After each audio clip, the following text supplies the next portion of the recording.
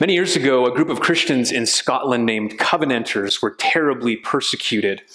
On one occasion, they were worshiping secretly in a valley when they suddenly heard the sound of hoofs beating and clanking armor. It was soldiers headed their way.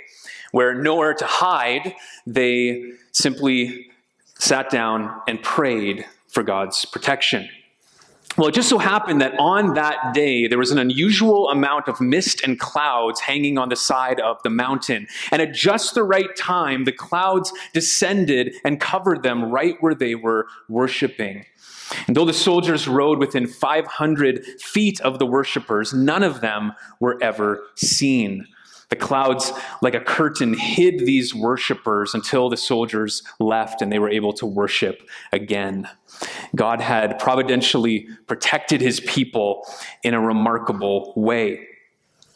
Well, as we come to chapter 8 in the book of Esther this morning, the looming expectation is that God will now providentially protect his people throughout Persia in a similar way. The Jews, you remember, had been under threat ever since chapter 3, when Haman, the enemy of the Jews, had arranged, authorized, and announced his plan to annihilate the Jews in just less than a year. And so as the chapter ended, we were left anticipating what was going to happen. The last chapter, after Haman, you'll remember, was found out. His evil plans were exposed by Queen Esther.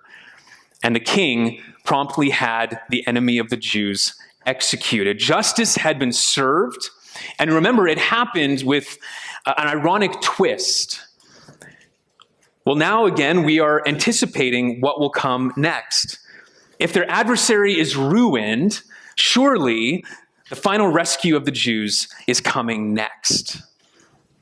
Well, as we just heard in the reading of chapter 8, that is exactly what happened, or at least it's what was set in motion by the two main characters of the story, Queen Esther and her cousin Mordecai, of course, both of them Jews, as they made it possible for the Jews to protect themselves from the planned persecution that was to come. However, as we read this scene in the same way we've been reading the story all along with eyes of faith, looking for the hidden hand of God, we will see again that he is the one who orchestrates everything perfectly so that it turns out this way. Though he's never seen or named, the story is told in such a way to show that God is clearly working behind the scenes, moving forward his purposes and fulfilling his promises to his people. An encouragement for the readers of every age, that when God's people are protected in this godless world, God is right there. Whether it's in the past or present, whether it's in biblical history or church history, remarkable rescues, surprising salvations, extraordinary escapes, these don't just happen. No, they are clearly the providential protection of God. Just like we see here in chapter 8, which begins by first of all highlighting how the Jews were given the power to protect themselves in verses 1 to 8. So again, verse 1 we read, "On that day, King Ahasuerus gave to Queen Esther the house of Haman, the enemy of the Jews. And Mordecai came before the king, for Esther had told what he was to her. And the king took off his signet ring, which he had taken from Haman, and gave it to Mordecai. And Esther set Mordecai over the house of Haman." So it says on the very same day that Haman, the enemy of the Jews, was executed in chapter 7, two Jews, Esther and Mordecai, were given everything he owned and everything he had aspired to. Another ironic reversal of fortune. One of the main literary themes you'll remember of the book. We saw it in chapter 5 and 6. We see it here, and we'll see it next week as we end in chapter 9 and 10. Haman wanted to be exalted in the empire, and instead Mordecai took his place in chapter 6. While Mordecai was to be executed on a stake, and instead Haman took his place in chapter 7. Well, now we see that even after his demise, the tables continued to turn on Haman. Notice his property, his power, and his prestige were all given to his enemies. I was thinking it's kind of like the old bachelor who wants to stick it to the government by cheating on his taxes, only to be left without a family or a will after his death and leaves all the money. all of his taxes to the government instead. Proverbs 11:7 says, when the wicked dies, his hope will perish, and the expectation of wealth perishes too. And again, this can't just be a lucky coincidence. This has to be God's hidden providence, directing the king to give Esther and Mordecai all of these things. Again, the very things that Haman, their enemy, was living for. And yet more was still needed if this disaster was to be averted in the end, less than a year. Though Haman was now dead, his edict to exterminate God's people lived on. And so Esther, we see, spoke to the king, pleading for the protection of her people. Verse 5, and she said, if it pleases the king, and if I have found favor in his sight, and if the things seem right before the king, and I am pleasing in his eyes, let an order be written to revoke the letters devised by Haman the Agagite, the son of Hammedatha, which he wrote to destroy the Jews who are in all the provinces of the king. For how can I bear to see the calamity that is coming to my people? Or how can I bear to see the destruction of my kindred? Now notice two things we see here. First of all, there's the cleverness of the queen, and we'll talk about that in a moment. But we also recognize here the callousness of the king.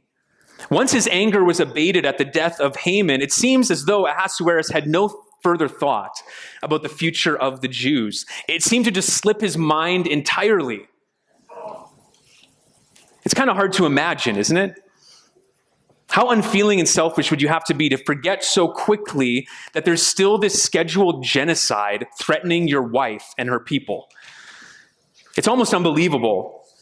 Except the same heartless indifference to suffering, the same kind of callousness to even a genocide is something we've seen in our own recent history, haven't we? Whether it's the killing fields of Cambodia or the body-strewn streets of Rwanda or the gas chambers of Nazi Germany. Sadly, these are not uncommon horrors in this godless world, the callousness of the fallen heart. Well, Esther understood this. She'd been with Ahasuerus now for maybe 5 years. And understanding by now how her narcissistic husband worked, what she does is she cleverly speaks to him here. Did you notice, with one deferential clause after another? Does it please the king? If you do this, if it favors the king, all these things she piles up, ultimately putting the self-interest of the king at the center. And especially how he certainly wouldn't want to have a wife who is distraught. One author notes, Esther made no reference to right or wrong, justice and injustice. Those were not categories that registered with the empire.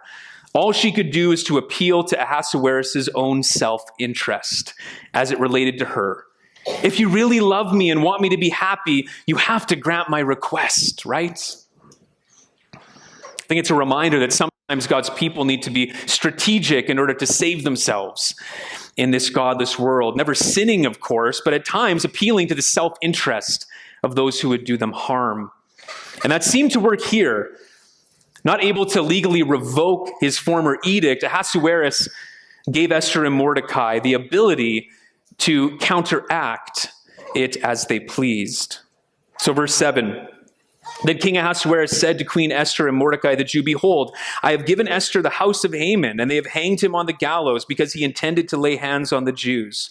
But you may write as you please with regard to the Jews, in the name of the king, and seal it with the king's ring. For an edict written in the name of the king and sealed with the king's ring cannot be revoked. And so with that power now, again, he can't revoke this former command, but they can counteract it. Now given that power, which ironically is the very thing, again, that Haman had and desired so badly, the very same power that had given him the ability to order the Jews' destruction in chapter 3. Well, now with that same power, the Jews could protect themselves from this edict that wouldn't go away. Which takes us to the next scene in the story and how the Jews were given the permission to protect themselves. Starting in verse 9, the king's scribes were summoned at that time in the 3rd month, which is the month of Sivan, on the 23rd day. And an edict was written according to all that Mordecai commanded concerning the Jews to the satraps and the governors and the officials and the provinces from India to Ethiopia, 127 provinces, to each province in its own script, and to each people in its own language, and also to the Jews in their script and their language. Why does he have to repeat all of this information? Well, it's interesting. The language is almost identical to what we see in chapter 3, verse 12, where Haman sent out his edict across the empire, giving royal permission to persecute and pillage the Jews in a year. It's almost identical, the wording. The main difference being that this one went out, it says at the end, also to the Jews in their script and language. And that's because this command concerned the Jews, specifically their future protection.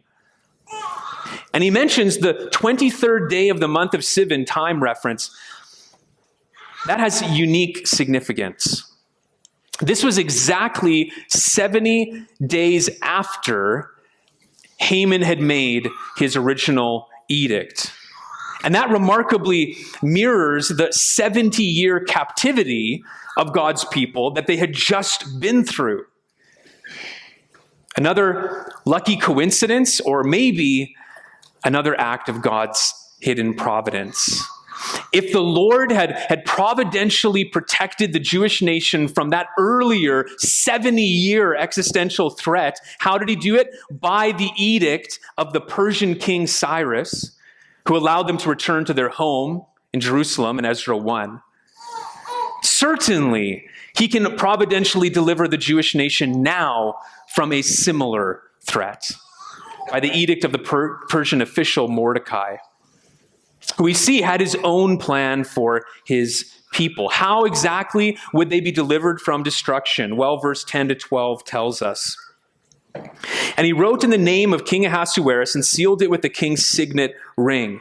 Then he sent the letter by mountain couriers riding on swift horses that were used in the king's service, bred from the royal stud, saying that the king allowed the Jews who were in every city to gather and defend their lives, to destroy, to kill, and to annihilate any armed force of any people or province that might attack them, children and women included, and to plunder their goods. On one day throughout all the provinces of King Ahasuerus, on the 13th day of the 12th month, which is the month of Adar. So the way that Mordecai counteracted the irrevocable edict for the Jews' extermination was essentially to level the playing field, giving the king's authorization to defend themselves. And again, maybe you noticed Mordecai used the exact same words that Haman had used earlier in chapter 3:13. He says to kill, to destroy, to annihilate. It's yet another ironic reversal of fortune. For 70 days, the enemy of the Jews had royal permission to persecute and pillage the Jews, including the children and women. But now the tables had been turned as the king gave the Jews royal permission to defend their lives and take vengeance on their enemies, including children and women. Now, not too many are going to risk with the people who've been given that equal prerogative, will they? I mean, this almost sounds like the mutually assured destruction policies of the Cold War era, right? If opposing nations can both annihilate each other, maybe it will keep the peace. Now, without giving away the end, we'll get to the end next week, it should be noted that later in chapter 9, when the Jews do defend themselves, it is only the enemy men who are destroyed, most likely opportunistic soldiers who still had the gall to attack them. It's also interesting that though the Jews had permission to plunder their goods, the goods of their enemies, just as the initial edict had been given against the Jews, they didn't do that either. They didn't plunder. Rather, they just stuck to self-defense. Because self-defense was something that God had permitted elsewhere in the Old Testament, like Nehemiah 4, for example. And all of this means that Mordecai's plan here, unlike Haman's plan, was righteous. Yes, he was mimicking Haman's words, but not his wickedness. His people were avenging themselves only when attacked. And so we read in verse 13, a copy of what was written was to be issued as a decree in every province, being publicly displayed to all the peoples, and the Jews were to be ready on that day to take vengeance on their enemies. This was defense. So the couriers, mounted on their swift horses that were used in the king's services, rode out hurriedly, urged by the king's command, and the decree was issued in Susa, the citadel. Now this is incredible. The very horses that 2 months earlier had delivered the decree for the destruction of the Jews were now being used to deliver the decree for the defense of the Jews. Another ironic reversal. And a valuable example of God's hidden work of providence and how he provides protection, yes, in an ironic way and in an incredible way, and yet also in somewhat of an ordinary way. You know, sometimes God protects his people extraordinarily by parting the Red Sea, or by making the sun stand still, or by closing the lions' mouths. But most often, God protects his people, you and me, by ordinary means, just as he did here. Yes, it came about in an extraordinary way, but it was simply the permission to defend themselves that was given. But there's still more. Finally, we see in the last scene, verses 15 to 17, that not only were the Jews given the power and the permission to protect themselves, also they were given the prominence to do so. Verse 15, then Mordecai went out from the presence of the king in royal robes of blue and white, with a great golden crown and a robe of fine linen and purple. And the city of Susa shouted and rejoiced. Replacing his sackcloth and ashes with royal robes and a crown, Mordecai was honored in the very way that Haman had so desperately desired. He was being treated like a king. Another ironic reversal of fortune in the chapter that caused the whole city of Susa, the Jews in every province and city that the king's edict reached, to rejoice and feast. Verse 16, the Jews had light and gladness and joy and honor. And in every province and in every city where the king's command and his edict reached, there was gladness and joy among the Jews, a feast and a holiday. You can just imagine this celebration. I was thinking of the old film footage from cities of allied nations after Germany and Japan were defeated in World War II. You've probably seen some of those pictures or that film footage. And there's just people who are running out into the streets and they're cheering and hugging and kissing and dancing. They've been delivered from destruction. Yet again, we see here that in this case, it was a godless celebration. Did you notice there's no mention of the one who protected them? There's no praise going to God here. Just another indication, as we've seen throughout this story, that the Jews who had remained in Persia, rather than going back to Jerusalem to rebuild the temple as God had commanded, how they had been conformed in many ways to their pagan culture, unable to see God's hand in this and give him the glory. Unable to do what Psalm 5:11 we read earlier says, but let all who take refuge in you be glad. Let them ever sing for joy. Spread your protection over them, that those who love your name may rejoice in you. It seems that they had not yet grasped this. They still didn't understand the spiritual significance of what had happened. But notice the difference that their deliverance made to the society around them as the chapter ends in the middle of verse 17. And many from the peoples of the country declared themselves Jews, for fear of the Jews had fallen on them. This is the only time in the Old Testament where a group of people declared themselves Jews, or became Jews, as the NIV puts it, which may just mean that they were pretending to be Jews, this now prominent people given royal permission to take vengeance on their enemies. Not many would mess with them now, a final display of God's providential protection, as well as a final reversal. Remember in chapter 2 how Esther would not tell anyone she was a Jew because of fear. Well, now the tables had turned, and all these Persians are becoming Jews or declaring themselves Jews because of fear of them. Incredible. Another incredible reversal. However, there very well could be a little more going on here than just that. Some suggesting that this may have even been somewhat of a revival in Persia. Many possibly becoming Jewish proselytes, or at least God-fearers. It wouldn't be the first time. Think of how King Darius acknowledged the living God across the entire empire after the Lord's providential protection of his prophet Daniel in Daniel 6. Or how Nineveh repented and called out to God after Jonah's deliverance in Jonah 2:3. A similar turn of events here would be a fitting finale to this story, to be sure. Another incredible, remarkable reversal and turn of events. Persians, pagans all around the empire, possibly becoming true Jews or God-fearers.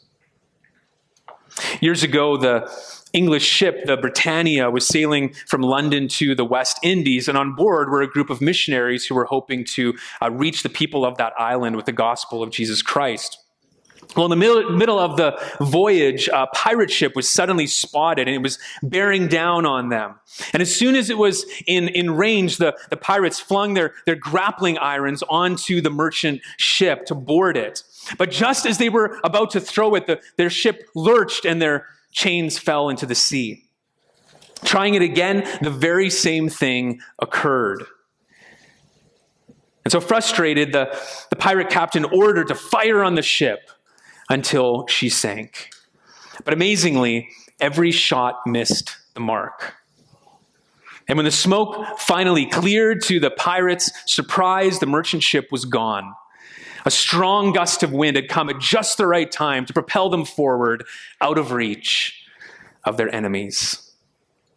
Years later, a merchant captain came to visit these same missionaries on the island of St. Thomas and explained that he was the former pirate captain that had attacked them. He then told the missionaries that the remarkable way that they had been rescued led him to think seriously about his wicked life and eventually led him to put his faith in Christ. Another example of the encouraging truth exhibited here in chapter 8 and all over Holy Scriptures, that when God's people are protected in this godless world, God is there. He's always working behind the scenes to move forward his perfect purposes, sometimes in surprising ways, and to fulfill his precious promises to his people in every age. As Psalm 12:5 says, "Because the poor are plundered and the needy groan, I will now arise, says the Lord. I will protect them from those who malign them." Exactly what we've seen in the story. Some of you maybe know what that's like, to be despised for your identification with Christ. So be encouraged that the same providential protection demonstrated here in this story can take place in your life today. God working behind the scenes to deliver you. Or maybe some of you know even what it's like to be in danger because of your faith. I do. This last week, I was just telling someone, it came to mind that a year before we came here, my life was threatened by someone because I'm a minister of Christ. If you want to know more about that story, I'll tell you another time. But certainly many Christians around the world face this very thing, face these dangers every day. And so what an encouragement again to see God's providential protection in this scene.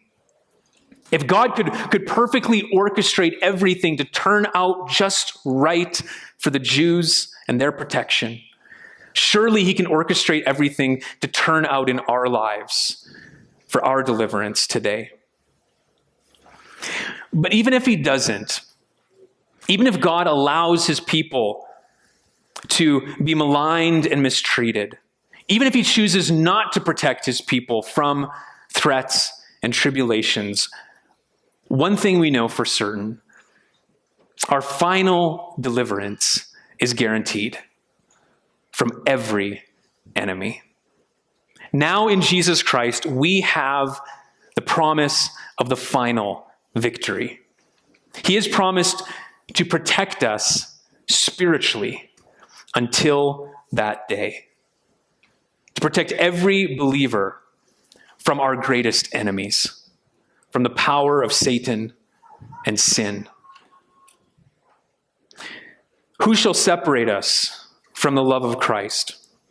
Shall tribulation or distress or persecution or famine or nakedness or danger or sword? As it is written, for your sake we are being killed all the day long. We are regarded as sheep to be slaughtered. No, in all these things we are more than conquerors through him who loved us.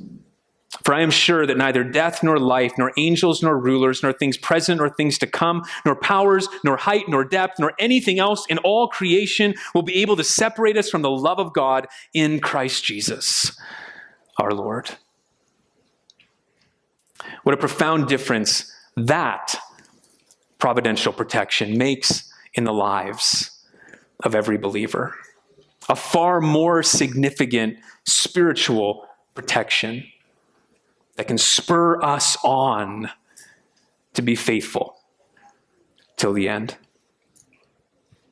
When John Chrysostom was brought before the Roman Emperor Arcadius, he was threatened with banishment for preaching Christ, to which he replied, "You cannot banish me, for the whole world is my Father's house.